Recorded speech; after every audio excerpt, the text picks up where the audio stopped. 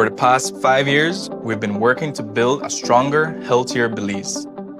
From 2020 to 2025, over 25 wastewater projects were completed, expanding sewer connections, enhancing pump stations, and improving key infrastructure. With more than $5.2 million invested, these improvements are supporting our communities, protecting public health, and helping to preserve our environment. And we're continuing to move forward. Through the Belize City Wastewater Treatment Plant Rehabilitation Project under the Blue Cities and Beyond initiative, we are advancing how wastewater is treated for the future. Modern headworks will improve how water is processed, making the system more efficient and reliable. Anaerobic lagoons will support natural treatment processes, enhancing efficiency and strengthening overall system performance. Advanced ultraviolet disinfection will provide an additional layer of protection, ensuring water is safely treated before returning to the sea. Supported by a $17 million investment under the World Bank framework, this phased approach will enhance performance, strengthen long-term operations, and support sustainable development through 2030. Supporting our communities, protecting our environment, building a stronger future for Belize City. Belize Water Services, continuing our promise to serve and improve. Can't understand why my bill's so high. Look on the plastic picnic and me needle the spin. This crazy.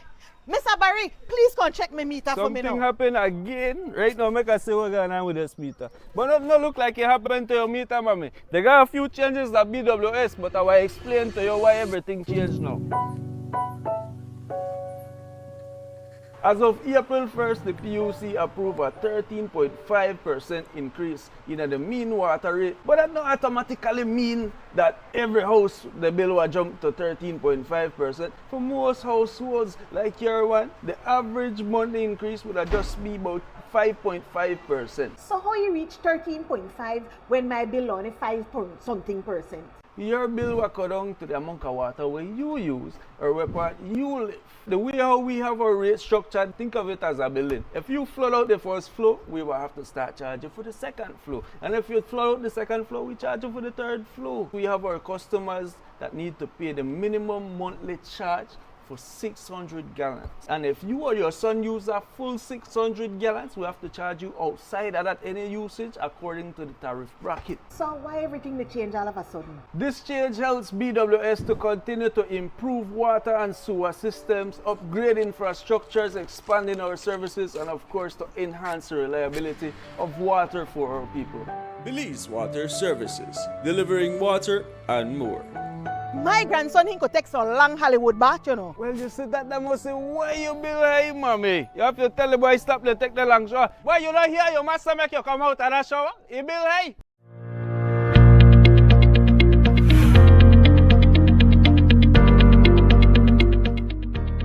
Have you ever wondered what happens to your water before reaching your tap? Every day, customers across Belize depend on safe and clean water. But before that water reaches your tap, it goes through a very detailed process. Here at the Bull Run Water Treatment Plant, we follow a 6-step process to get potable drinking water from the Belize River to your homes. The first process being the catchment of the water from the Belize River. Before it reaches the clarifier, it has to be passed through screens to take out any large debris. Then it is pumped from the intake building to our clarifiers. When it reaches the clarifiers, we have the addition of chemicals. This causes coagulation and flocculation. Coagulation and flocculation is one of the most important steps in the water treatment process. After the addition of chemicals, it has to be monitored 24/7 by our operators around the clock. This is to optimize the dosing before it reaches to the next stage of the process. The next process is sedimentation. It moves into the clarifier, where the bigger flocks fall to the bottom, lighter flocks goes to the top and goes through to our filter system. That's the next stage, filtration. From filtration, we have another important step, disinfection. We have the addition of chemicals that causes disinfection, kills all the microorganisms or bacteria within the water. From there, we have distribution, where it goes to your house. At Belize Water Services Lab, Safeguarding your health is our top priority. Behind every drop is a test, a titration, and a commitment to international standards. So when you turn on your tap, remember that a dedicated team has worked behind the scenes to ensure that the water you receive is completely safe, clean, and healthy for your family.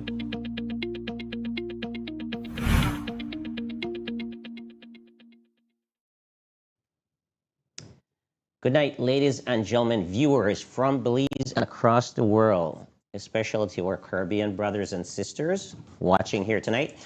We are in beautiful Belize City in the studios here at BWS. Myself and the lovely Simone Bell will be joining us here tonight. Good night, Simone. Good evening again. Absolutely. Thank you, as always, for joining us in these very exciting event. Andrew is not here tonight. Andrew sent us a message earlier, and he is working overtime getting the cyclists ready for these events.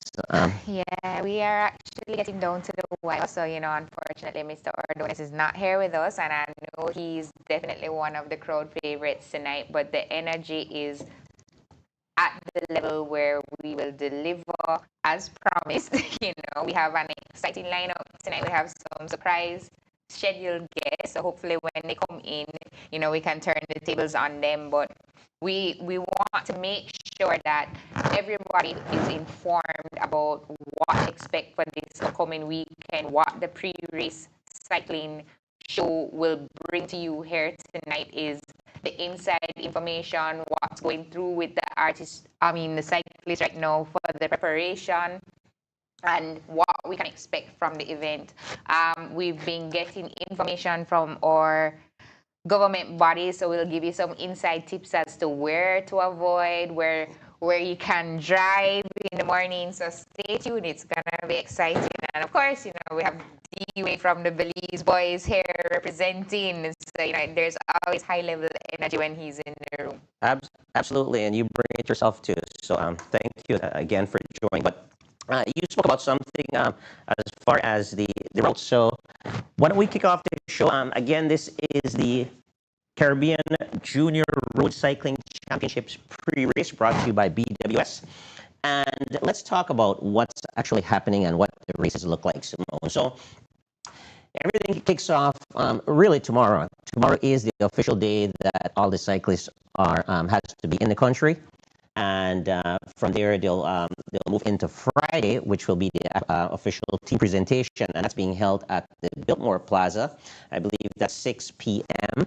And that's where all the technical conversations is going to be taking place. Riders will be their numbers and timing chips will be awarded to them on Friday, and then teams will be presented. We have several Caribbean nations which will be going through shortly, but I believe 16 or so nations will be represented this year. Numerous cyclists in several different categories and 2 disciplines, individual time trial and the road race, Simone. So the races actually kick off on Saturday, the actual competition. Saturday is at 7 a.m. I believe that is actually the individual time trial. And that is being held on the Boom-Hattieville Road. And the community there will be the Blackbird community where everything starts and finishes, right? Depending on what category you'll be riding, that depends on the distance. For the junior, so that is 20 kilometers. And the other categories will be 15 kilometers, right? So things should be moving pretty quickly. We're expecting 2 hours from start to finish. The one thing with the individual time trial, that is run by the clock. So everything starts on time. Each rider will have a designated start time. And, unfortunately, if they miss their start time, the clock keeps rolling, and that would be they would be at a disadvantage. So we would expect folks for that event to be completely wrapped up within 2 hours or so from the start. With that being said, a couple of things as far as viewerships, right? This is a great opportunity. It's a time trial. You get to see all the riders starting and you get to see them finishing, Simone. So the folks along the Boom Hattieville Road, the different communities there, Blackberry community, Fresh Pond, and the villages of Burrell Boom can come out and watch their cyclists, favorite cyclists, hopefully the Belizeans, and cheer those guys on and witness an individual time trial event. So that's for viewership, and but let's talk a little bit about traffic. Yeah, I remember last year we had some incidents. So definitely we want to thank our traffic department. I believe they issued a notice earlier today that outlines exactly what will be taking place. And I will go ahead and I will just provide you with that update. So it says on Saturday, August 22nd, Boom Road will be closed to vehicular traffic from 7 a.m. to 12 noon to facilitate the time trial. During this period, motorists are advised to avoid Boom Road and utilize the John Smith Road. So if there's anybody traveling from Belmopan trying to head to the airport, you cannot utilize the road at that time. If there is a funeral taking place, just a word of caution, the road will be closed. I know that the police will be out there to exercise their discretion, but we're advising you ahead of time that the alternative route is the Philip Golson Highway via the John Smith Road. Motorists are encouraged to allow additional travel time and follow all traffic signs and instructions from traffic management personnel. Correct. Just a little amendment to that. I believe so. The Boom Hattieville Road from the Blackberry Junction to the Hattieville roundabout. That's kind of where the closure is going to be. So you do have some other arteries there going towards the Philip Golson Highway through the actual Boom village itself. So villagers in the Boom area should be able to access their normal route towards the city. However, going west, you want to make sure that, like you said, utilize the John Smith Road and stay off the Boom Hattieville Road going towards the George Price Highway. And this is between 7 a.m. to 12 noon on Saturday, August 22nd. The same follows for the road race, which is going to take place on Sunday, August 23rd. It's going to continue with a rolling road closure. So that's a little bit different from what's taking place on Saturday. The road will officially be closed between a certain point in time. Here on Sunday, there's going to be a rolling road closure, which means that they're going to follow the race and the road will be closed at the point where the race is located and will immediately reopen once the race has passed. Traffic will not be continuously closed. Motorists will experience temporary traffic holes as the cyclists proceed along the routes. So we're going to go over the race route for you tonight. The road race will take most of the day. We're forecasting 7 a.m. to 1 p.m. because we have both the male juniors, the female juniors, and the male juveniles competing. Now, the female juniors and male juvenile, I believe it's a combined race. So they will be riding for 8 laps. And the race official start point is at Mirab. They're going to then ride down to Sayview and take a sharp turn at the roundabout.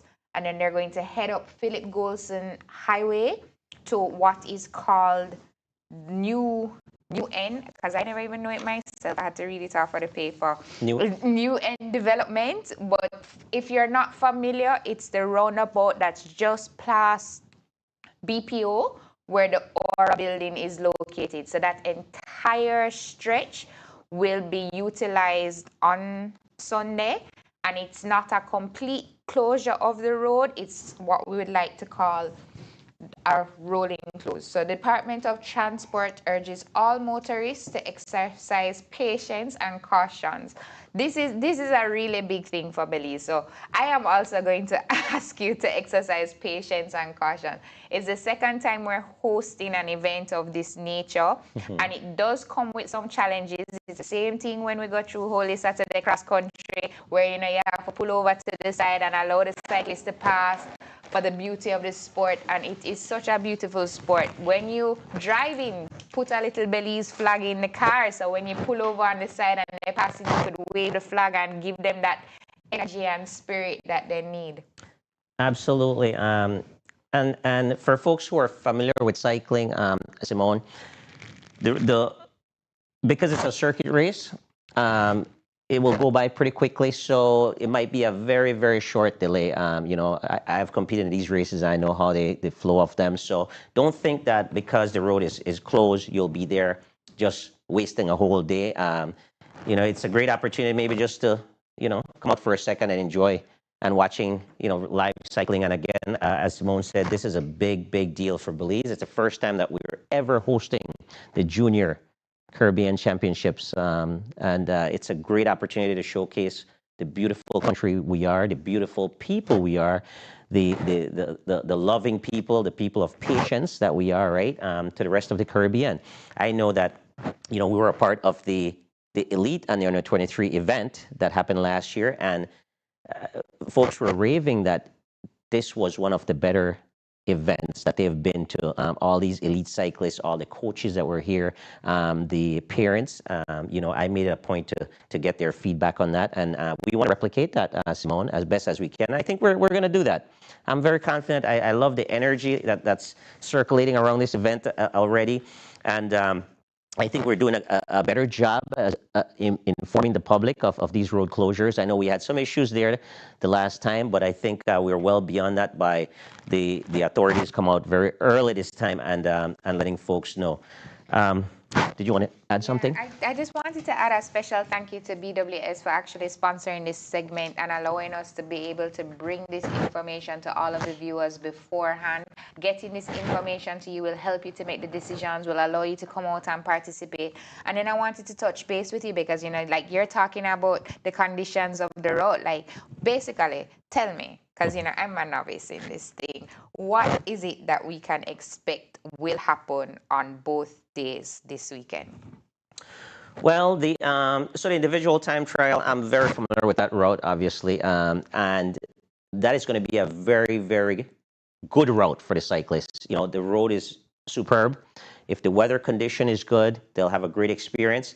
It's going to be a fast route as well. For the most part, it's going to be a decent enough tailwind going towards to start off in. So you'll start with a tailwind, and coming back, you'll have a lighter headwind, crosswind. The cyclists are going to love this because the elites started. It was a little bit different era. On the same road, but a little different era. The course was different, and the actual head and crosswind is significantly more down more towards the Philip Golson Highway. So that's an advantage for the cyclists. They'll love it, and that's why I said you'll see some very fast times. Okay, that's what I was going to ask you, because to me who don't know about headwind and crosswind, I was going to say, what does that mean? Is it that we're going to have some really fast times? I remember when we were doing the cross country and we were talking about similar things, and we saw some amazing times there. So yes. Is that something that the crowd can look forward to, possibly some record-breaking times because of those wins? Well, I'm not going to go out on a limb and say record-breaking, but I think we'll see some faster times than we witnessed in our national championship. Because if you notice, our national championship actually started closer towards the Philip Golson Highway, which meant that the riders were coming back in a strong head and crosswind. They will not be experiencing much of that on the return now, since the location has been moved up a little bit. So with that traffic safety control, that is actually helping the riders a bit. It's going to be advantageous to our local guys, I believe. The guys are familiar with that course. I think they have enough power to really lay down some good time. So I'll be excited. It'll be exciting. I'm excited to see the results, and we wish everyone the best. And then, like for a spectator, how do we watch an individual time trial? You understand? Because now they're competing against a clock. Where's the best place to position if I want to take my family out and say, okay, let's go and support the teams. Let's see what's happening. Because really and truly, the road is going to be cut off. They're not going to be able to drive down and park their vehicles to see. So, you know, if I wanted to come out and support Team Belize for the individual time trial, where's the best place to watch? What do I do? How is it different from what I'm already used to, so that I could kind of understand the game? Great question, Simone, and I'm glad you asked that as well, because we want to incite the viewers and people to participate in this event. It's a big deal for us, like you said before. We want the spectators out. So a couple of things. There in a time trial, there are really only 2 points that you can actually get the best vantage points, right? It'd be from the start and then the turnaround spot. In order to get to the turnaround spot, what you'd have to do is go there before the race starts, obviously, when the road is still open. So, and the thing is, the riders are only doing 15 kilometers and 20 kilometers, right? So the turning point is, you know, half that, obviously. It's what, 7.5 out or 10 kilometers out. So for folks who wants to see a turnaround, when the riders are really already, you know, completed half the course already and pretty much warmed up, they could do that, and they can have their stop clocks and stopwatches and take times and perhaps, you know, look at who's having a good day, or they can watch the rider take off, clock that rider, and then when the rider comes back, you know, obviously you'll end your clock. So that's where, you know, that's what I would suggest. Okay, and then of course for those persons who are not able to come out, there will be full coverage on the Cycling Federation of Belize page and on Facebook and on YouTube. So there's tremendous coverage for this race. Will other media houses be carrying it as well? I'm not certain of that. Typically, what they do is come out and they get clips, and you'd see that on probably Sports Monday. But the best place would be on the Cycling Federation of Belize page, and the media folks will have that available and up there a few minutes before the start. You can, like you said, on Facebook, Cycling Federation of Belize, or on the Cycling Federation of Belize YouTube page. So great opportunities to be a part of this event. What I'd like to do quickly is just to kind of go over the schedule for the event, if I may. So again, like I said, everything kicks off officially Thursday. We already have some teams in here as of early as probably Monday or Tuesday. But the official start of the event would be Thursday, August 20th, with the arrival of contingents. Then there's a dinner plan for them, and obviously they will start on Friday. Friday it would be, you know, breakfast 6:30 to 8 a.m. and this is happening at the Biltmore. That is the official location for this event. Route reconnaissance would be 9 a.m. to 10 a.m. There's a visit to Altonha and lunch. I'm sure you love to hear that and see that in the agenda as well. And that's 10:30 to 2 p.m. Then this is the part that the riders and managers and coaches want to pay attention to. Friday from 2 p.m. to 4 p.m., Simone, will be the registration. That's the official registration of athletes, verification of license, and then distribution of race numbers and timing chip. Very, very important, right? I believe, but still verify this at the technical meeting, I believe, and this is what they usually do, is after the time trial, they'll leave you with the timing chip, so you can already have your timing chip to get it set up on your road bike. And after the race, immediately you want to make sure that you find the officials and return that timing chip. Very, very important. From 5 p.m. to 6 p.m., this is another very important part of the agenda, is the technical meeting. Okay, that's where your coaches, your race directors, and everyone else will be given complete understanding and explanation of the course, all the rules and everything is expected of them and their participants. Then there is the team presentation and dinner, 5:30 to 7 p.m. And of course, that moves into Saturday morning, August 22nd. There's a breakfast from 6 to 7, transfer to the ITT venue. Now, that starts at 7:15 to 7:45 a.m. The venue from the Biltmore is approximately, I would say, around 15 or so miles, roughly. So you should expect maybe a half an hour or so transit time, right? Then we move into bike check at 7:45 a.m. And guys, remember, make sure that you make note of your start time, because the official start of this event is 8 a.m. And again, the juvenile women, juvenile men, junior women are all doing 15 kilometers, whereas the junior men, 20 kilometers. There'll be medal presentation, podium presentation directly after the event is completed. Okay, so make yourself available for interviews and your medal presentation, podium presentation. Then we go into lunch, Simone. Dinner, athletes going to be probably want to get to bed early, get some rest for a 6 a.m. start time for breakfast. 7 to 7:30, riders to the road race starting line. So the good thing about that, from the Biltmore, they can actually ride their bikes to the starting line.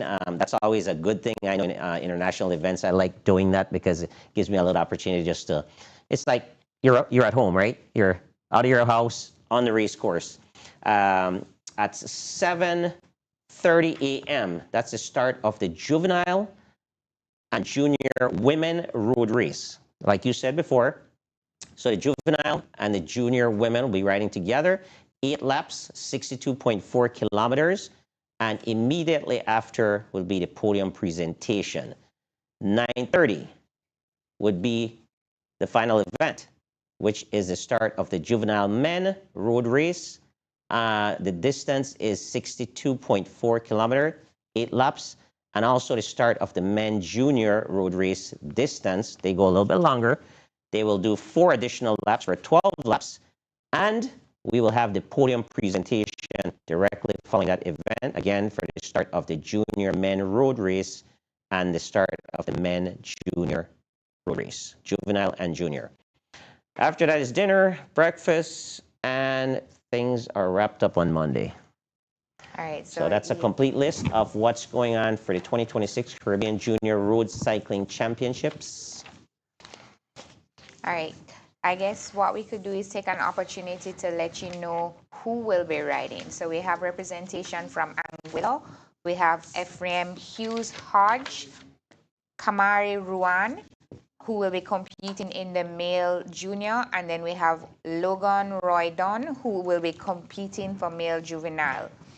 And we have a representative from Antigua and Barbuda, Elite Thomas. He will be competing in the juvenile category. From the Bahamas, and the Bahamas has a very large contingent competing here. We have Aiden Bain, male junior, Arcady Thompson, Davian Johnson. They also compete in the junior division. Tristan Johnson, Levi Capron, Tanaj Pratt are competing in the juvenile, as well as Royce Colebrook and Kaylin Ferguson. And then out of Barbados, and hopefully we'll have some of the Barbados team here with us tonight, we have Jonah Kelly. He's competing in the male junior. Storm Riley, male juvenile. Nathaniel Joseph, Matthew Briggs Legal also compete in the male juvenile for Barbados.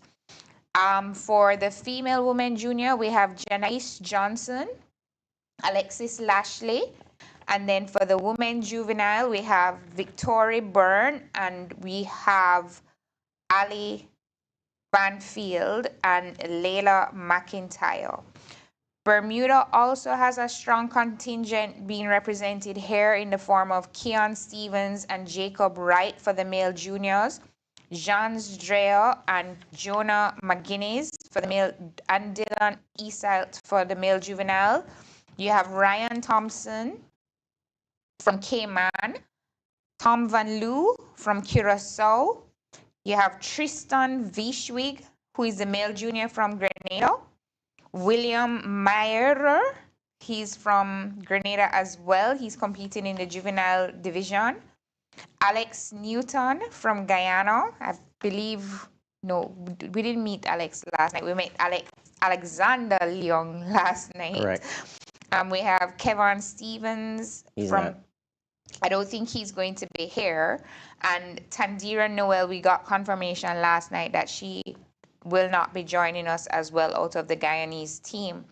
And then Trinidad and Tobago is represented by Jadon Williams, Maurice Lopez in the male, and Tristan Jai-Chan. I think we met Tristan last night in the junior division. Josiah Alexander, Theon Kennedy representing the male juvenile, and then Ella Marie Young in the women juvenile. And then I will give you again the honor of introducing the Belize team. Well, thank you very much. Thank you very much, Simone. And of course, you know how excited I am about introducing the Belize team. We have a pretty strong team, I may say. Although, you know, before I get into the Belize team, I ticked off a couple of these names here who I believe are some of the favorites based on our, you know, intel and our slight investigation. We have Jonah Kelly. Jonah Kelly is from Barbados, and He's the defending champion. He was a juvenile. Yes. Right. So he's the last year's 2025 juvenile youth Caribbean champion, double, I believe, individual time trial and road race. And I believe also that he has been in Europe doing some training and racing. So he'll be ready, of course. Nothing that I'm too concerned about. We have Jacob Wright, who is another name that's been coming up from Bermuda. Now, in my experience around the Caribbean, as far as cycling is concerned, Bermuda has always had a pretty strong contingent, junior, females, and men. But we saw that demonstrated here last year did. with the under 23 elite. Absolutely. Yes. Absolutely. You got the in the elites with the likes of Connor White and Caden Hopkins and all those guys, right? So Jacob Wright will be there. So he's one to watch. Ryan Thompson as well. Ryan Thompson is out of the Cayman Islands, and Ryan is no stranger to Belize now. This is his second time competing in Belize. He was actually here for the junior cross country, and I believe he was in the final break and he finished third in that race. Very, very strong showing, and he came by himself and he rode it by himself. So another person to watch for is Alex Newton out of Guyana. We've heard great things about Alex. I don't know him personally, or I don't have any information on him from a cycling perspective, any stats, but I've heard that he's one to watch. There's also Alexander Francis Luang, the kid that we had here on our show last night. And he was in the final break last year and with an opportunity to win. And he was telling us that it just didn't go his way because of a crash. But he looks like he's ready. He does. So he should be a formidable competitor. And I believe that's it from my intel. But I'm sure that others are out here who are very hungry to get some good results in this race. Simone, but of course, let's move to the Belize national team. You know, let's talk about the folks there. We have representing the male junior category. We have Keith Enright Jr., who will be doing the road race and the individual time trial. Keith is a former national individual time trial champion. He was the runner-up this year. We have Jamal Tablada. He's doing the road race and the individual time trial as well. Jamal is the current Belize national junior national individual time trial champion. We have Devin Major, who was also in that final break in the junior cross country. He'll be doing the road race along with Stefan Pelayo, an up and coming young cyclist. He does not have as much international experience as these other guys, but what he has is a big heart. You know, I've raced with him I've seen him out there training, and I think he will do a phenomenal job as a supporting cast. Jashan Aldana as well. He's another kid without much international exposure, but he has been riding very, very consistent.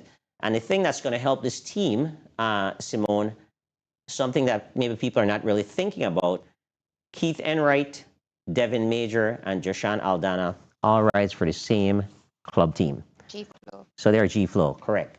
So that chemistry is there naturally, right?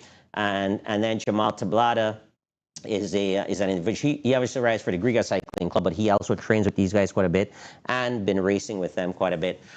So they're ready, they're prepared. We want to thank obviously the coaching, the Williams folks for getting these guys ready and working with the male junior. So they've been doing a good job, Kalman and Corey Williams and that Williams development squad there out in California. On the male juvenile side, we have Ahmad Sherrington, who is currently the lone participant in the road race and the individual time trial. Our hopes are very high on Ahmad. We certainly are going in this very confident that he will pull off the double goal here in the male juvenile Caribbean Championships, right? What I'd like to see as well, like we spoke off camera, is for another participant to at least be registered in the individual time trial for Belize. So what that is going to give us an advantage in the case there is a catastrophic mishap, a mechanical. So I'm gonna knock on wood while you're speaking, so Oh, that that's there's not gonna happen. no No, way that's gonna happen. It's not gonna happen. And but we're gonna give it. Ahmad is gonna put his weight for the event, and yes, if we're able to enter another candidate, that's gonna be amazing because it will give us the upper hand and being able to have two people contesting that route. But I mean, right now the Cycling Federation is behind Ahmad, 100%. and we expect for him to perform and also to deliver. That's how much confidence is sailing behind that young man right now. And we had him in the studios last night, and he feels the same way.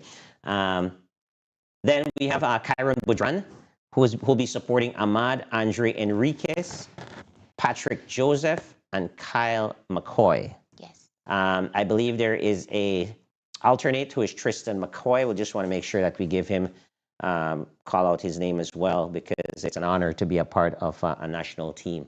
So that's your male junior and your male juvenile. Now we move on to the male juvenile is being coached by Byron Pope. Byron Pope is a new level 2 coach here in Belize. Congratulations to Byron. He has done all the right things to acquire those accreditations, and we wish him well. And he, with Ahmad and his team, he'll have a very successful first Caribbean championship. The female category represented by Irene Baki, the road race and the individual time trial, Liani Choto, road race and individual time trial, Kelsey Castillo, road race only, Chelsea Gillett, road race, and these three individual, Liani, Kelsey, and Chelsea, will be riding in support of Irene. Irene has the most experience here. She is actually coming off double medal last year in the Events. in the juvenile category, women juvenile in Barbados. She actually was a bronze medal in the individual time trial and also in the road race. So that's what we have for the Belize team. I want to congratulate them on behalf of the panel here on getting selected. That's a big deal, Simone. Absolutely. If we have time, perhaps just before we go to a quick break, what I'd like to do is just to give us a little bit of history, give the viewers a little bit of history as to how Belize has performed and participated in these games. I want to thank first and foremost Urson Butler and Perry Gibson for this information. And going back to 2018 in Bermuda, in the junior category, female, Kaylin Gillett won the bronze medal in the road race, and Tara Lee Ordonis won bronze in the individual time trial. And in 2021, Dominican Republic, The gold medal in the road race, junior men, went to Derek Chavarria. And in the female, bronze individual time trial won by Gabrielle Gabriel. In 2023, again, in Dominican Republic, seems like our riders love to ride in Dominican Republic. In the junior, women, a gold was won by Gabrielle Gabriel in the individual time trial, and a bronze was won by Jalen Briseño in the individual time trial. Gabrielle Gabriel followed up her strong performance in the individual time trial with a bronze in the road race as well. So that was phenomenal. And like I said, Irene Baki last year finished third in both the ITT and also the road race. And Keith Enright did a very strong performance, and he was fourth, just outside of the medal last year in Barbados. Before we go to break, would you like to perhaps thank our sponsors? Yes, we would like to thank our sponsors. In particular, we'd like to thank Belize Water Services for sponsoring this particular segment. And then I think you'd like to acknowledge the entire sponsors for the event. Certainly, absolutely. So an event with this magnitude, obviously, there's a lot of people that has to be involved, Simone. So we started off with the CFB, Cycling Federation of Belize, for putting all this together and for showcasing Belize in a positive light that we were selected for this event. Of course, the Belize Tourism Board, which you are a part of, the UCI, COPASI, Pan American Cycling Confederation, the CCU, Caribbean Cycling Union, Belize City Council, Atlantic Bank, Digi, or National Telecom, NBB, National Bank of Belize, the Central Bank of Belize, M&M Engineering, the Department of Transport, and of course, again, the UCI, their Solidarity Program. Okay. So we'll take a break, and then we will jump back into our next segment. For the past 5 years, we've been working to build a stronger, healthier Belize. From 2020 to 2025, over 25 wastewater projects were completed, expanding sewer connections, enhancing pump stations, and improving key infrastructure. With more than $5.2 million invested, these improvements are supporting our communities, protecting public health, and helping to preserve our environment. And we're continuing to move forward.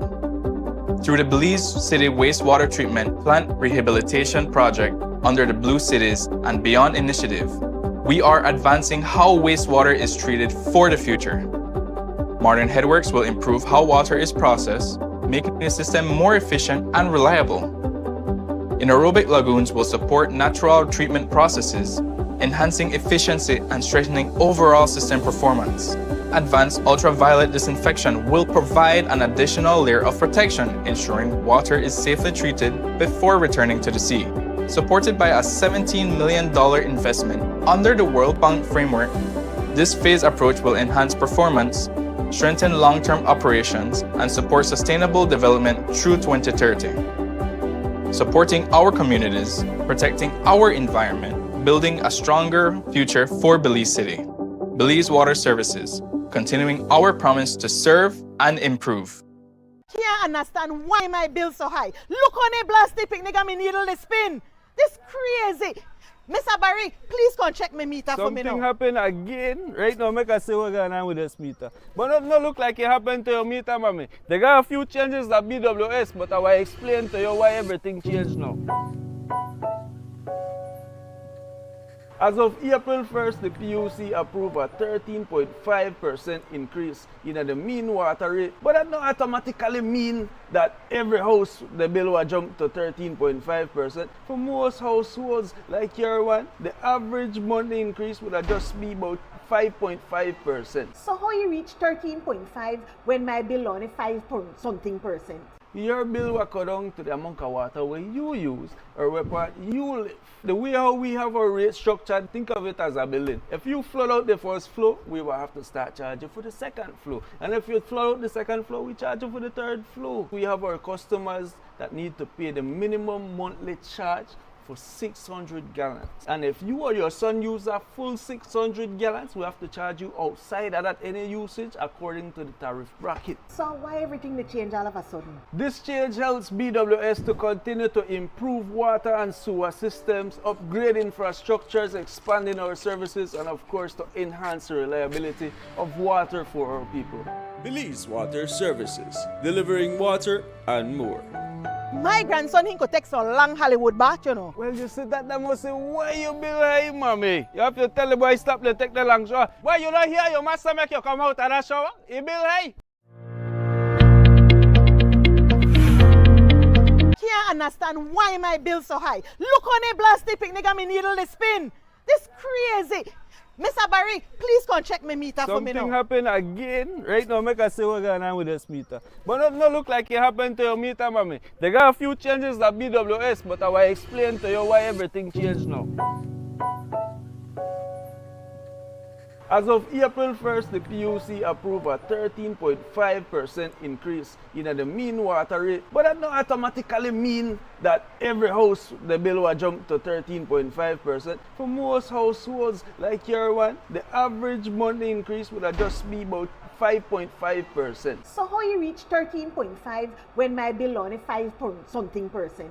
Your bill will go down to the amount of water where you use or where part you live. The way how we have our rate structured, think of it as a building. If you flood out the first floor, we will have to start charging for the second floor. And if you flood out the second floor, we charge you for the third floor. We have our customers that need to pay the minimum monthly charge for 600 gallons. And if you or your son use a full 600 gallons, we have to charge you outside of that any usage according to the tariff bracket. So why everything they change all of a sudden? This change helps BWS to continue to improve water and sewer systems, upgrade infrastructures, expanding our services, and of course to enhance the reliability of water for our people.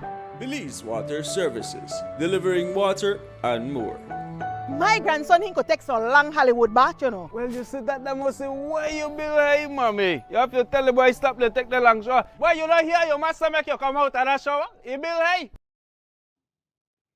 Okay, and we are back. So welcome again to the Caribbean Junior Road Cycling Championship pre-race show. And we have a very special segment for you as we are going to be speaking to some of our top female athletes and their coach who's working to prepare them for the event this weekend. So we will be joined by Irene Baki, who is our defending champion. We have Liani Choto, and we will also be joined by Patricia Chavarria. So welcome all to the team. Hi. Hello and good night. So I know this is the segment that you're excited about, supporting the females, right?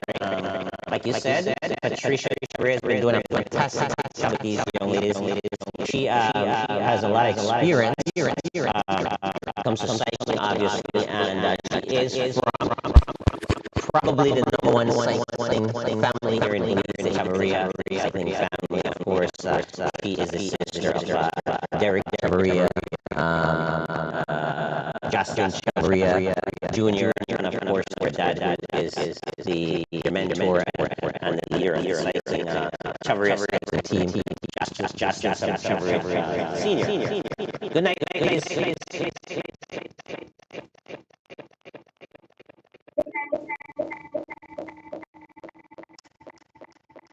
Hello, Echo here.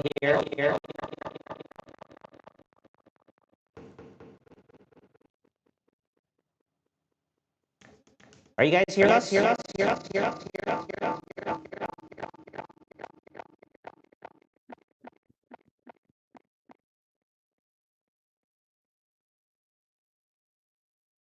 Technical difficulty. So while we are talking about and sorting that out, what we do is talk about some of the race conditions that will be expected on the road this weekend. We just did a weather check and we're expecting to have beautiful weather.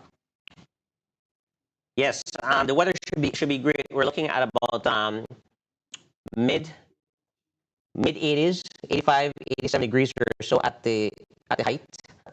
Although when the individual time trial starts off, it's going to be a closer to around 80 degrees Fahrenheit, which is very comfortable, I would say, for a time trial. I also do not see any rain in the forecast that early. It looks like this thing might play out just perfect for the cyclist, Simone, because it looks like later on in the day there might be a little bit of rain on Saturday, but by that time the rider is going to be long off the course, so they would have exceptional weather. And like I said again, this may come back to really fast times because you have the first off the good road condition, then you have not significant amount of wind, right? Because they move the course up a little bit, and also the weather is somewhat perfect for cycling. Probably high 70s to just 80. 80 might be the high throughout that event. So that should play well. Moving on to Sunday, a little bit later start for the last race, which will be the male juniors, and that starts at about 9:30. They will be racing 12 laps, 62 kilometers.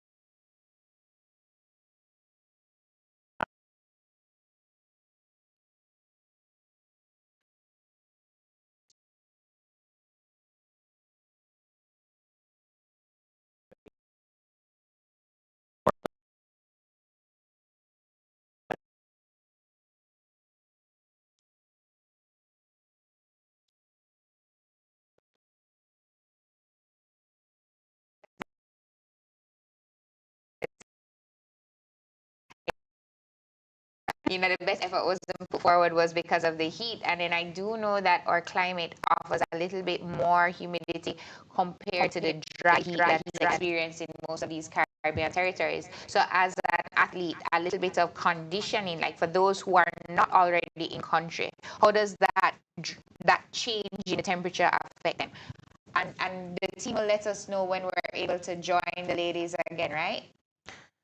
So, in my experience, it's always better to try to get in sooner than later, right? So a lot of folks are coming in tomorrow. The event is on Saturday, and a lot of times you travel closer to the event not because it's optimal, but because of budget restraints and also logistics. In this case, the Federation pays for accommodation, food, and so forth. But that starts Thursday. So if you get here before, that would have to be out of your pocket, right? But I just got from our technical team that the folks are standing by.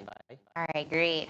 Good evening, ladies. Welcome. We're so excited to have you here. We wish you could have been here in person. How are you guys feeling?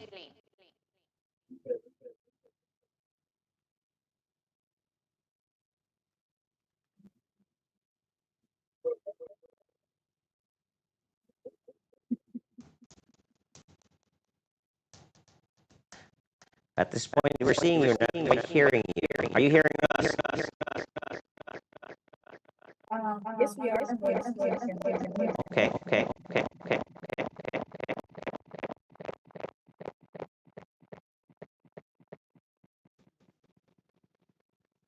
Any pre-race because what's the preparation? Let's talk to the coach first before we talk to the athletes. What is going at this moment, and how prepared are we to enter into the races for Saturday and Sunday?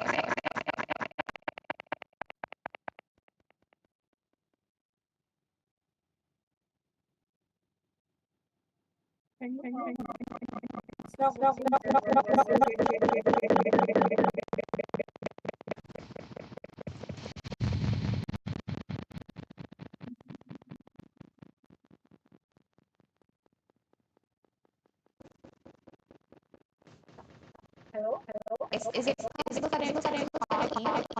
yeah. So what we're gonna do, because it appears that we're having a little bit of challenge with the audio from the Zoom feed at this time, we're gonna dial in and have you converse via phone, and then we're gonna actually.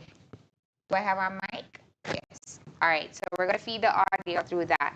And I mean, I know all the fans at home are really excited and are just waiting on edge to hear from our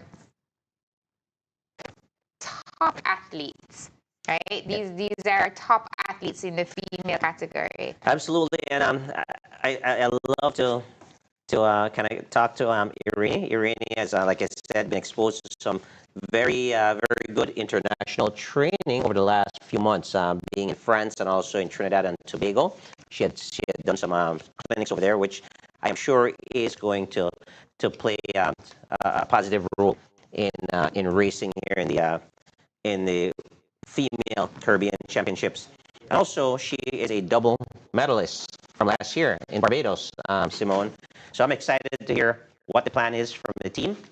I know Patricia has been working with these young ladies here for a little while, so I'm sure she'll have them ready and supporting. Um,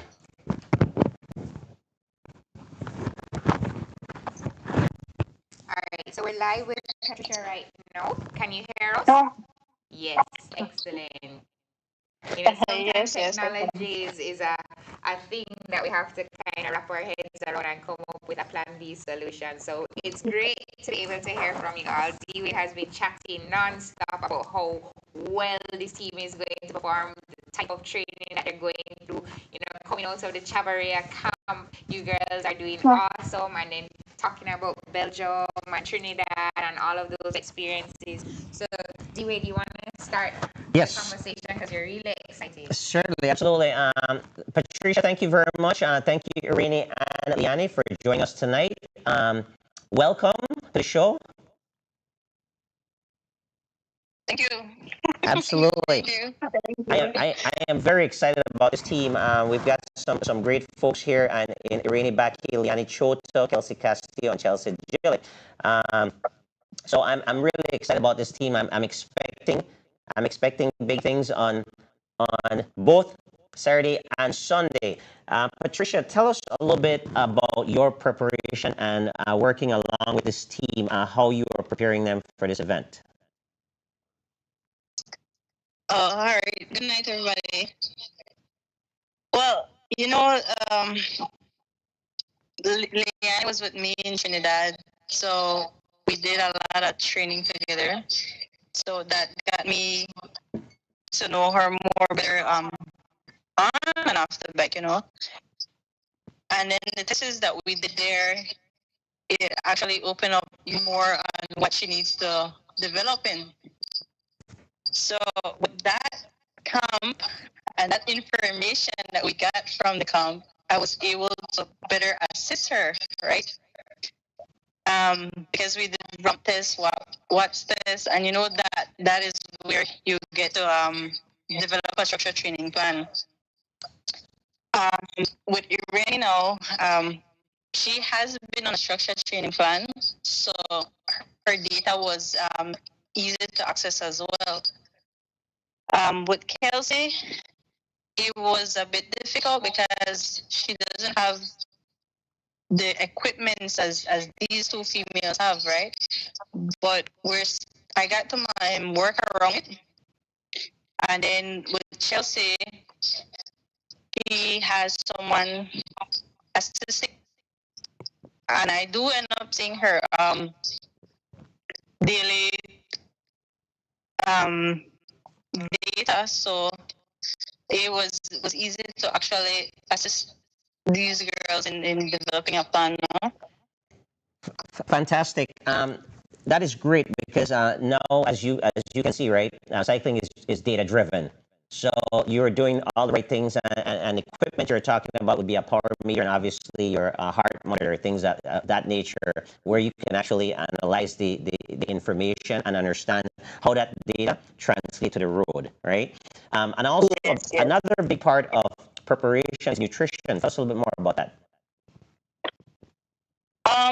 Well, nutrition, we didn't base a lot on that when we were in Trinidad, you know? But just the basic as an athlete competing, you know, we know that you have to carb load, you have to recover properly, you have to hydrate. So this is something that I always have a one-on-one with them.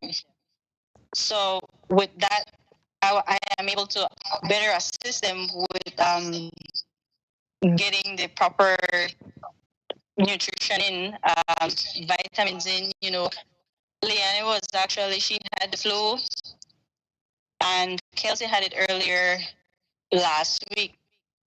So, that is where the nutrition part comes in, where you need to take care of your health, especially for this big event. Yeah, absolutely. No, thank you very much, because those do play a big role, right? The data that you're analyzing, and also along with the nutrition, because the body has to be able to be in peak condition, exactly, in order to perform those tasks that you will have for them based on your data, and also recover to perform again, repeat that same strategy. As far as the team that you have assembled, the two young ladies, Kelsey and Chelsea, who were in the studios last night, they told us a little bit about the strategy. Is that something that you want to share with us? What's your strategy for the time trial for Irani, and then for the road race, if something, without giving away all the secrets? Basically, time trial, you don't really have a strategy. It is a strategic, you would say, race, but it's more, I don't know if I want to share it, but yeah, so Ready. basically more recovery and just, all out for the race, but in a specific way. Yeah. Don't give away any secrets to our competitors, because we definitely want that gold medal to stay home, right? But I do understand what you're saying, and so what you've been doing is to making sure Irani is as fresh as possible for the start on Saturday. Yes. Well, all of them, Yes.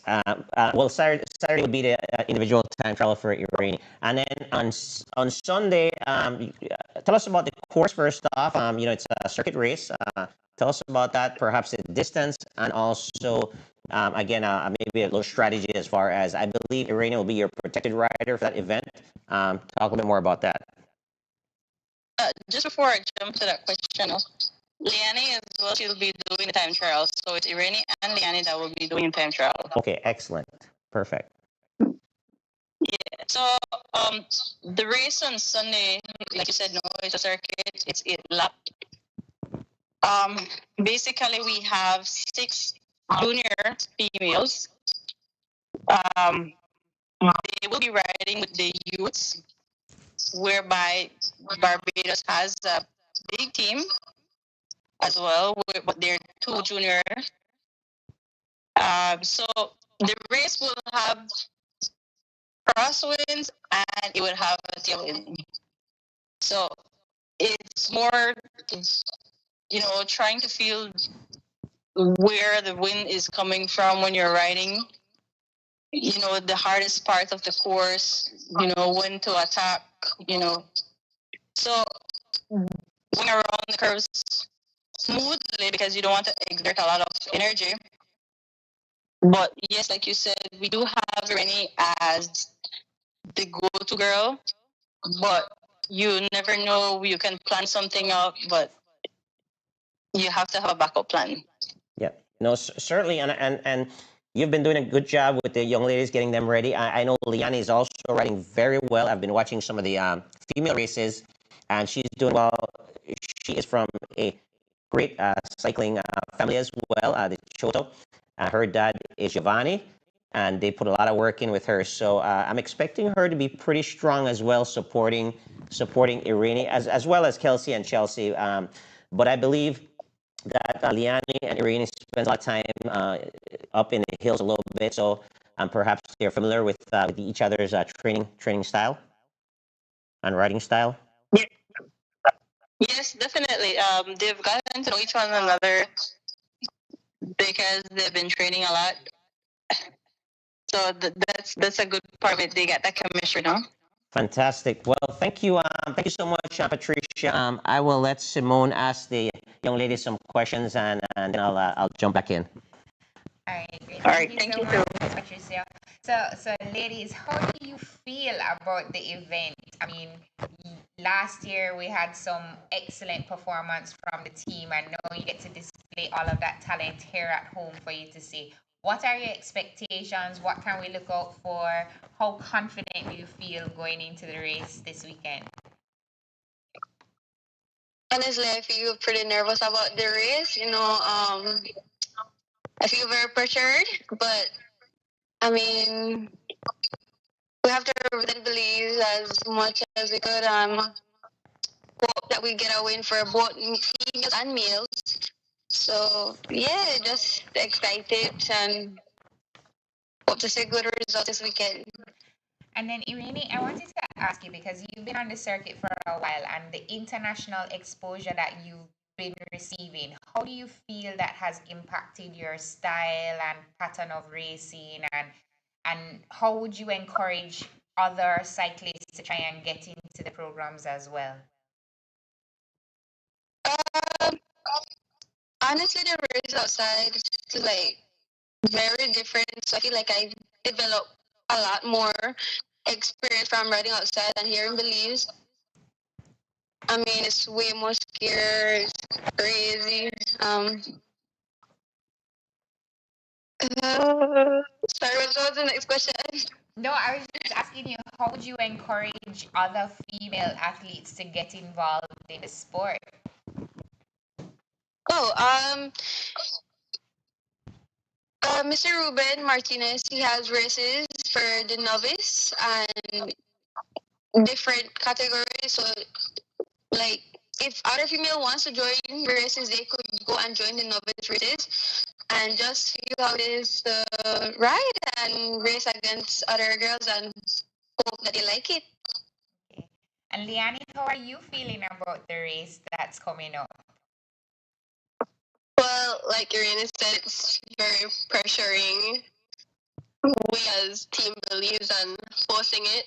It's like something, it was on our shoulders, right? I want to represent these well. But we are ready. We are going to give it our best. That's excellent. And then I wanted to touch base on the fact that you guys have home court advantage. I know that you're nervous, but this is home for you. This isn't scary for you. This is the road that you guys have been training on for most of your lives and competing on. So how do you feel about going into the race with that home court advantage?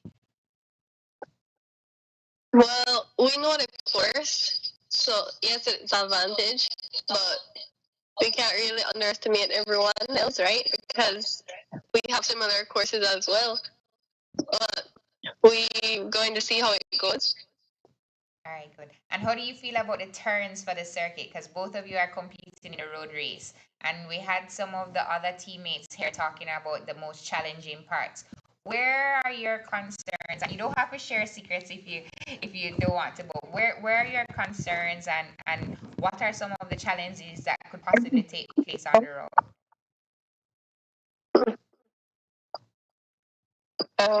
If you don't want to answer, you don't have to as well, because you don't want to give away any secrets. But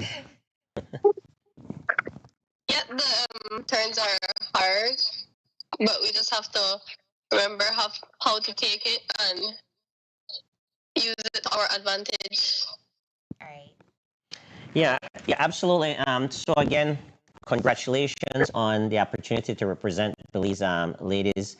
Liani and Irene, it's a great honor to actually represent your country, as you guys know, right? I know you say you feel pressured. I would encourage you not to feel pressure as the event gets nearer, because you're prepared, right? And that's what takes away the pressure, the fact that you're prepared. And you have over there to your right, to my right, and probably your left, Patricia Chavarria, who has a lot of experience and a lot of results in these types of events. You have one of the best coaches they can probably pick to coach this team, in my opinion. So feel very confident in her preparation and her strategies and her the race plan that she has put forward for you guys. Definitely listen to her, and if you believe in that, I think you will surprise yourself on how your performance will be. And I encourage you to trust your preparation. And once you trust your preparation, that that weight will come off your shoulders. And remember as well, Belizeans, the Belizean public will be proud of you no matter what.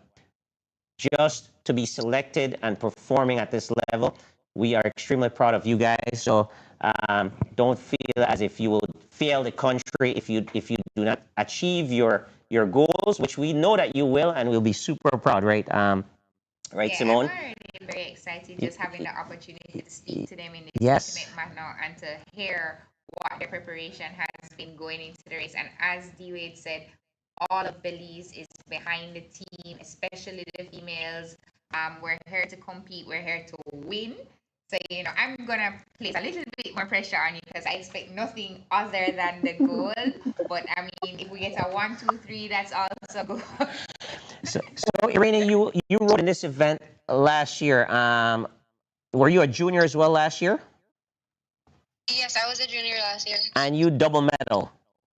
So I got third for the time trial and third for the road race. Perfect. So again, I know you said you feel pressured, but by you doing that, and I believe this year now with that additional experience, and also the fact that you're more prepared with that international exposure in France and also in Trinidad and Tobago, and knowing what your numbers are, and actually having Patricia again working with you, you should feel very confident going into the race, into these races. Tell me who's your competition on Sunday for the road race, and tell me a little bit about kind of your strategy, personal strategy.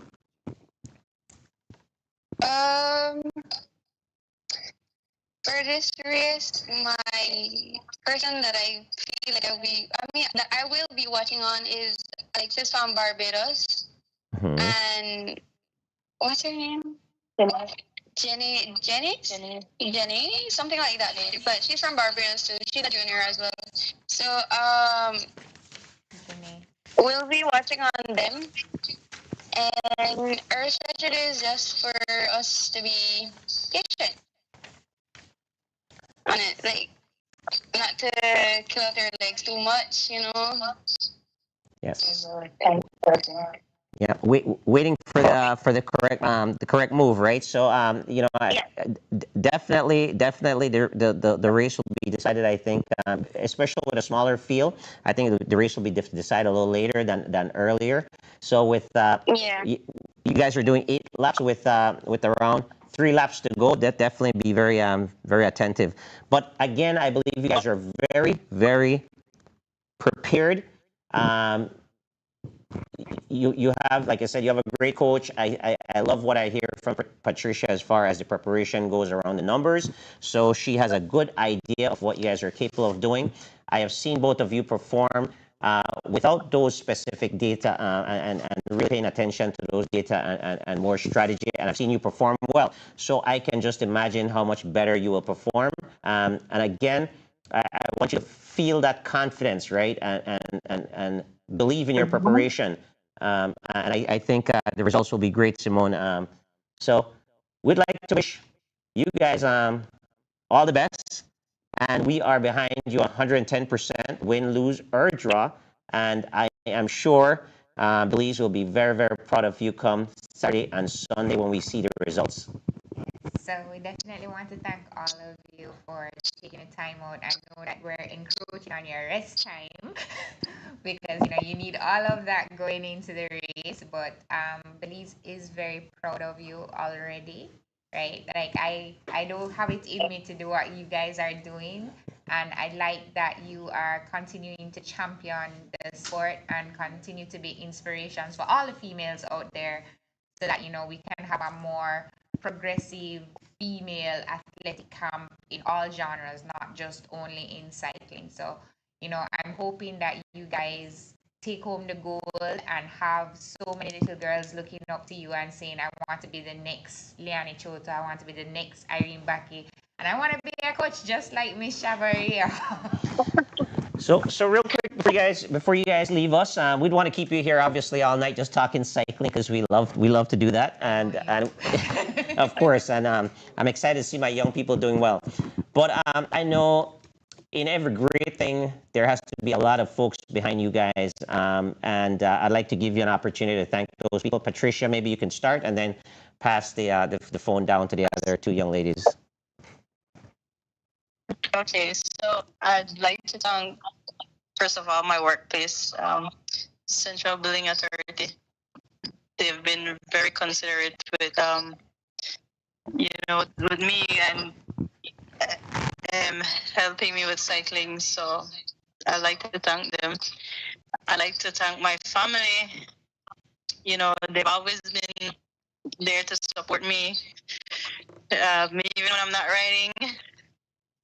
So, thank my dad, my mom, my brothers, my sisters,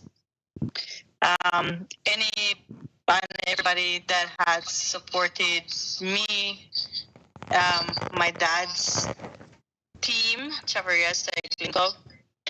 They have helped us a lot, and in ways they wouldn't see, but every help, comes on our end. So the whole community and everybody who has been supporting us now, just thank you all. Oh, wait, and the Cycling Federation of Belize for giving me the opportunity to go to Trinidad and developing myself in this coaching era. So I'd like to thank them for the opportunity, and hopefully there's more to come.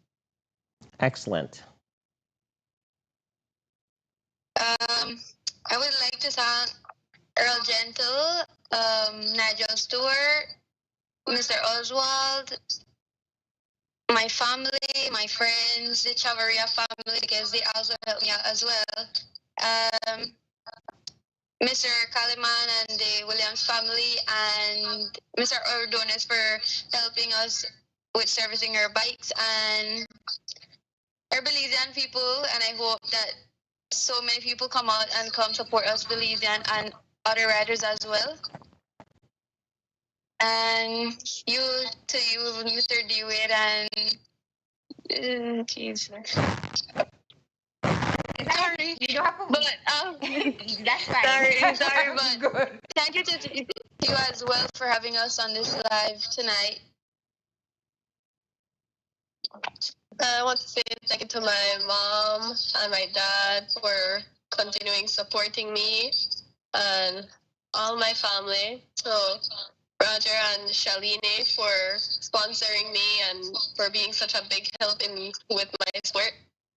And I want to also give thanks to Mr. Earl Gentle and for everyone who continues to support us. And to the Cycling Federation for giving us these opportunities. Well, fantastic.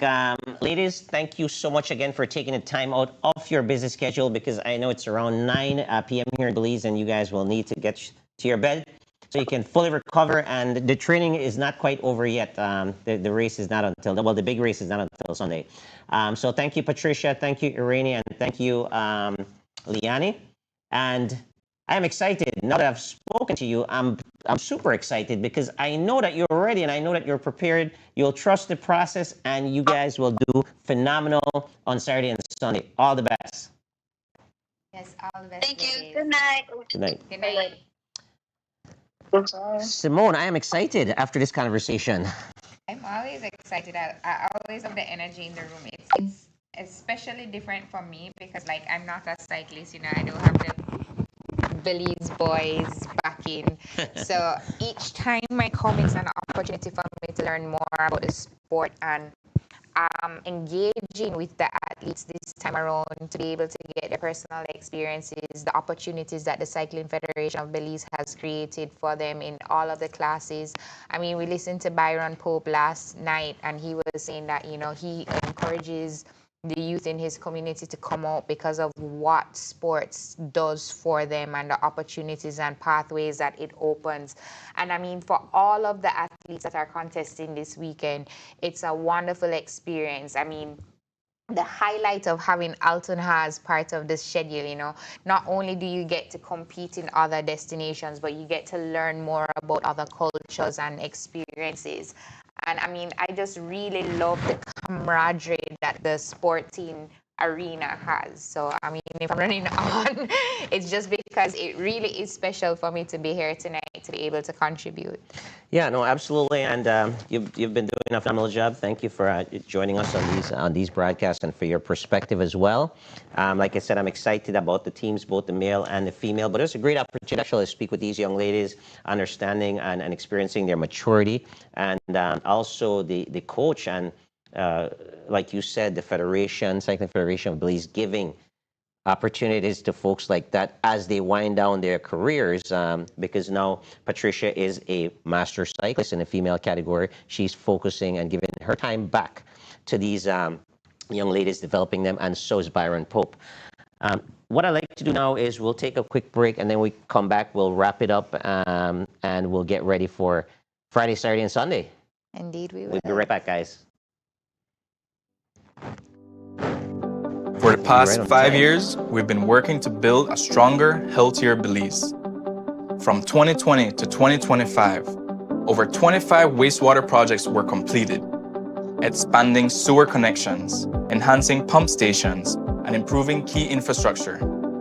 With more than $5.2 million invested, these improvements are supporting our communities, protecting public health, and helping to preserve our environment. And we're continuing to move forward. Through the Belize City Wastewater Treatment Plant Rehabilitation Project under the Blue Cities and Beyond initiative, we are advancing how wastewater is treated for the future. Modern headworks will improve how water is processed, making the system more efficient and reliable. Anaerobic lagoons will support natural treatment processes, enhancing efficiency and strengthening overall system performance. Advanced ultraviolet disinfection will provide an additional layer of protection, ensuring water is safely treated before returning to the sea. Supported by a $17 million investment under the World Bank framework, this phased approach will enhance performance, strengthen long-term operations, and support sustainable development through 2030. Supporting our communities, protecting our environment, building a stronger future for Belize City. Belize Water Services, continuing our promise to serve and improve. Can't understand why my bill so high. Look on the blasty picnic and me needle the spin. This crazy. Mr. Barry, please come check my meter for me now. Something happened again. Right now, make us see what's going on with this meter. But not look like it happened to your meter, mommy. They got a few changes at BWS, but I will explain to you why everything changed now.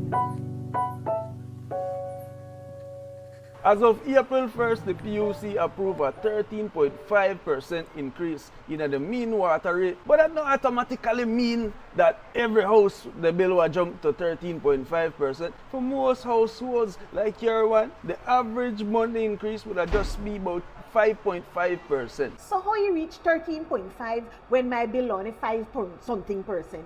Your bill will go down to the amount of water where you use or where you live. The way how we have our rate structured, think of it as a building. If you flood out the first floor, we will have to start charging for the second floor. And if you flood out the second floor, we charge you for the third floor. We have our customers that need to pay the minimum monthly charge for 600 gallons. And if you or your son use a full 600 gallons, we have to charge you outside of that any usage according to the tariff bracket. So why everything they change all of a sudden? This change helps BWS to continue to improve water and sewer systems, upgrade infrastructures, expanding our services, and of course to enhance the reliability of water for our people. Belize Water Services, delivering water and more. My grandson, he could take so long Hollywood bath, you know. Well, you see that, they must say, why you bill high, mommy? You have to tell the boy, stop, take the long shower. Why you not here? Your master make you come out of that shower? He bill high.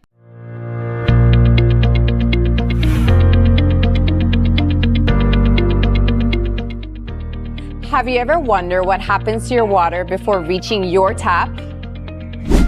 Every day, customers across Belize depend on safe and clean water.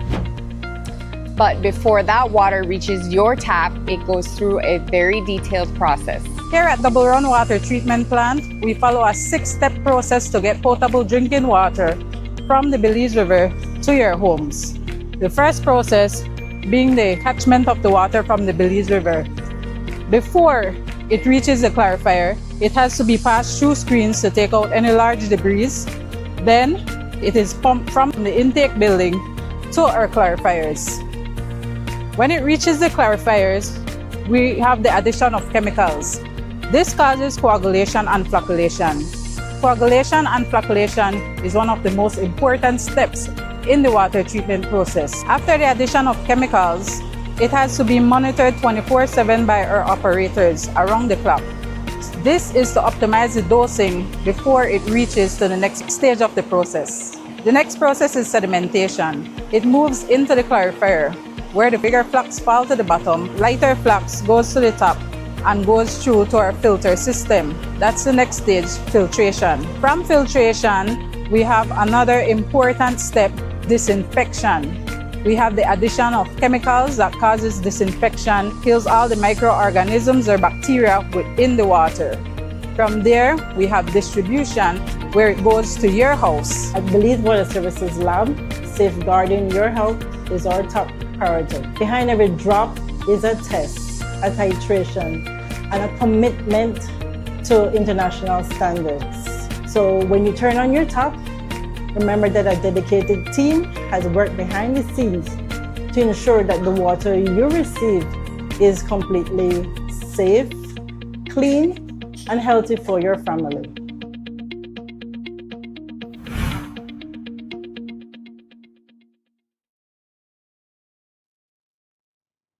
All right, and we are now at the final lap. We are winding down the pre-race show for the Caribbean Junior Cycling Championships. Sadly, Simone, we're going to have to leave the studios here. I know, but when we leave, we're actually going to be going into all of the excitement. We have the presentation of the athletes that will take place on Friday. And then, of course, on Saturday and Sunday, we will have the major races with the ITT taking place through Burrell Boom to Hattieville. And then we have the road race that will be taking place from Mirab and coming down to Seaview and going all the way back up to the Oral Building. So it will be fun times ahead. Definitely something worth watching. All of Belize City will be able to come out and support. It's a very central route, and we look forward to having you there. I just want to again thank our sponsor for the pre-race show, Belize Water Services, and their team for an excellent production. We would also like to thank our event sponsors, and they are the Belize Cycling Federation of Belize, the Cycling Federation of Belize, UCI, the Belize Tourism Board, COPASI, Caribbean Cycling Union, Belize City Council, Atlantic Bank, the Government of Belize, Digi, National Bank of Belize, Central Bank of Belize, M&M Engineering, Belize Department of Transport, and of course the UCI Solidarity Program, without which none of what is taking place would be possible. So we're definitely thankful for their contribution to the development of sports in this country. Absolutely. Thank you, Simone. In addition, we'd like to obviously thank we did Cycling Federation of Belize, but directly to the president for all his hard work that he's been doing. Mr. Glenn Flowers, thank you. You're doing a fantastic job. I know sometimes the tasks get a little bit difficult, but let's continue on that same high energy and high production that you've been in the past several years under this administration. We've seen a lot of success. We've seen a couple of huge games here coming to Belize. We've also received several medals as well under this administration. So they've got my support. They've got the support here from the panel. And we look forward to bigger and better things in the future with some little tweaks here and there. So thank you very much. Thank the entire executive team. Like you said, thanks to the production team. And of course, Simone, thanks to all the cyclists who are participating in this event. Congratulations to everyone here from Belize that's on the Belize national team. Getting selected to a national team is a great honor. So they're going to wear that jersey with a lot of pride, a lot of enthusiasm, and they'll have a lot of energy coming on Saturday morning and Sunday as well. We'd like to say thanks for all the cyclists and all the other federations across the Caribbean. Yes, that we have show. 10 that will be competing with us Yes. this time around. Fantastic. All those folks across the Caribbean, Simone, who have chosen Belize because it's not it's not mandatory that they participate in these games, obviously. So to choose Belize, we know there's a lot of expense that that they have to incur, the different federations. So thank you guys for making this event so successful. We look forward to welcoming you with open arms and with a great spirit. Belizean people on a whole are a loving set of people. I'm sure your experience here will be phenomenal. And although we're a little biased and we want the best for Belize, I would also like for all these cyclists here to have the best day possible. So I would only want to win if they all have the best day possible and have a great experience and be excited for their next event. So thank you all very much. With that being said, just a quick recap of what's happening again. So Friday is the team presentation, technical meeting, Simone, and then we move into Saturday morning at 7 a.m. For the opening of the course. 8 a.m. will be the actual start of the individual time trial on the Boom Hattieville Road, starting from the Blackberry Junction towards the Hattieville Road and back. That's on Saturday, guys, at 8 a.m. And kicking things off on Sunday will be the road race on the Philip Golson Highway. We encourage all motorists to please traverse with caution on these 2 days within those areas. I know they will. I know everyone is listening. For the races, you can get live updates at this Cycling Federation of Belize Facebook and YouTube page. Again, starting Saturday morning. So if you're traveling in the area, you can tap into those two media resources and get some updates and plan your route accordingly. With that being said, we want to encourage all the spectators out there, the entire country of Belize, north, south, east, and west, come down to the city on Saturday and Sunday, especially Sunday. You'll have a great vantage point for the road races. It's a circuit race. You'll be able to pick different areas on the course where you'll be able to watch these cyclists. I am sure there'll be some activities out there. I'm not sure if BWS is sponsoring activities, but I understand there might be some giveaways or might not. But just come out for the cyclists and come support us. This is a once in a lifetime. This is the first time in 20 years of the Junior Caribbean Cycling Championships being held here in Belize. I hope everyone is as excited as I am, because I can't wait for this weekend to... They are as excited. I mean, the exuberance is not overflowing and bubbling, but I was just saying, leading up to September celebrations, the timing of this event is awesome. There are flags galore available, and we could just come out and show up with our flags and show out for the athletes that will be competing, all of them. So even if you're a resident here and your country is performing, come out and show them the support. Yes, let's see lots of flags, like you said, T-shirts, and come on and support this event. It'll be fantastic, guys. With that being said, I would love to be here another hour, but I don't think the guys will be happy with me to just talk more cycling. So, unfortunately, we'll have to leave. Your closing words? I think that this is a remarkable event. We definitely want to thank everyone who's involved for bringing this here to Belize. It's a great way to expose our country to all of the viewers that are watching from the region, and to showcase the hospitality that makes Belize what it truly is. To all of the riders, I definitely want to say to you, keep the nerves on the wrap. You know, this is going to be fun. It's just another race. Show up, show out, and put on your best performance, and you will do well. This is your home court. No one else knows this as best as you, and it would be a great moment for cycling for us to be able to medal in both categories, male and junior and female. Absolutely. And so we'll close off with that. Thank you guys very much. Once again, thanks to BWS for hosting 2 nights of incredible cycling conversation. We thank you immensely. This has been a great opportunity, guys. Come out again this weekend to support Belize. Good night. Good night. Miss Dawn, you get enough coverage? BWS. I'm going to be saying